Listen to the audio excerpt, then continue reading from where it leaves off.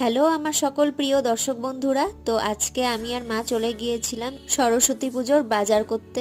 কারণ রাত পোহালেই সরস্বতী পুজো, তোমরা সবাই জানো। তবে তিথিটা এবার একটু উল্টোপাল্টা পড়েছে। অনেকে বলছে রবিবার, অনেকে বলছে সোমবার। তো আমরা ঠিক করেছি যে রবিবারেই আমরা পুজো করব। তাই সকাল সকাল মা আর মেয়েতে মিলে চলে গিয়েছিলাম বাজার করতে টুকটাক।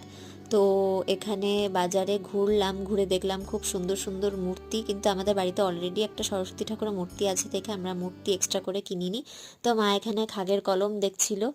তো এই কাকুর দোকানে ফুলগুলো বেশ ভালো ছিল দেখে এখান থেকে খাগের কলম আর মা বাকি ফুলগুলো নিয়ে নিল। এখান থেকে ফুল কেনার পরে আমরা আগেও আরেকটু আগিয়ে পলাশ ফুল পেয়েছিলাম ভালো, তো ওখান থেকে আমরা পলাশ ফুলও নিয়ে নিয়েছিলাম। কিন্তু বন্ধু, আজকে একটা কথা তোমাদেরকে না বললেই নয়। আজকে সরস্বতী পুজোর বাজার করতে করতে স্কুল কলেজের পুজোর কথা ভীষণ মনে পড়ছিল। তো কালকে আসবো সেই সমস্ত ব্লগ নিয়ে। তো আজকের মতো এইটুকুই, বাই বাই।